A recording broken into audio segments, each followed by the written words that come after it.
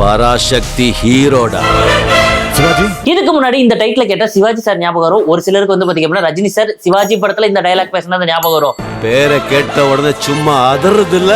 ஆனா இதுக்கப்புறம் வந்து பாத்தீங்கன்னா இந்த ரெண்டு ஹீரோ தான் ஞாபகம் வர போறாங்க, சிவகார்த்திகேயனாவும் விஜய் ஆண்டனியனாவும். விஜய் ஆண்டனி சார் அவரோட 25வது படத்தோட ஃபர்ஸ்ட் லுக் ரிலீஸ் பண்றாரு. அதுல சக்தி திருமகன் சொல்லிட்டு தமிழ்லையும் தெலுங்குல வந்து பாத்தீங்கன்னா பராசக்தின்னு டைட்டில் வச்சிருக்காரு. அதே ஈவினிங் வந்து பாத்தீங்கன்னா சிவகார்த்திகேயன் சார் அவரோட ப்ரோமோவே ரிலீஸ் பண்றாரு. அதுல வந்து பாத்தீங்கன்னா டைட்டிலே பராசக்தின்னு பேர் வச்சிருக்காங்க. இத்தனைக்கு ஹைலைட் என்னன்னா அதுவும் சிவகார்த்திகேயனோட 25வது படம். விஜய் ஆண்டனி இந்த படத்துக்காக 6 மாசத்துக்கு முன்னாடி தெலுங்குல பராசக்திங்கிற டைட்டில் பதிவு பண்ணிருக்கிற பதிவு காப்பியை ரிலீஸ் பண்றாரு. இதை பார்த்துட்டு ஆப்போசிட் டீமும் நாங்களும் என்ஓசி வந்து பாத்தீங்க அப்படின்னா ஏவிஎம் ப்ரொடக்ஷன்ல இருந்து வாங்கியிருக்கோம், பாருங்க பராசக்திங்கிற காப்பியை ரிலீஸ் பண்றாங்க. இப்ப ஹைலைட்டே இந்த டைட்டில் யாருக்குங்கிறது தான். ஆனா தமிழ்ல ரிலீஸ் ஆகுது பிரச்சனை இல்ல. இதை விட ஒரு இன்ட்ரெஸ்டான நியூஸ் சொல்லவா? விஜய் ஆண்டனியோட சக்தி திருமகன் படத்தோட டைரக்டர் அருண் பிரபு. அவர் இதுக்கு முன்னாடி எடுத்த படம்.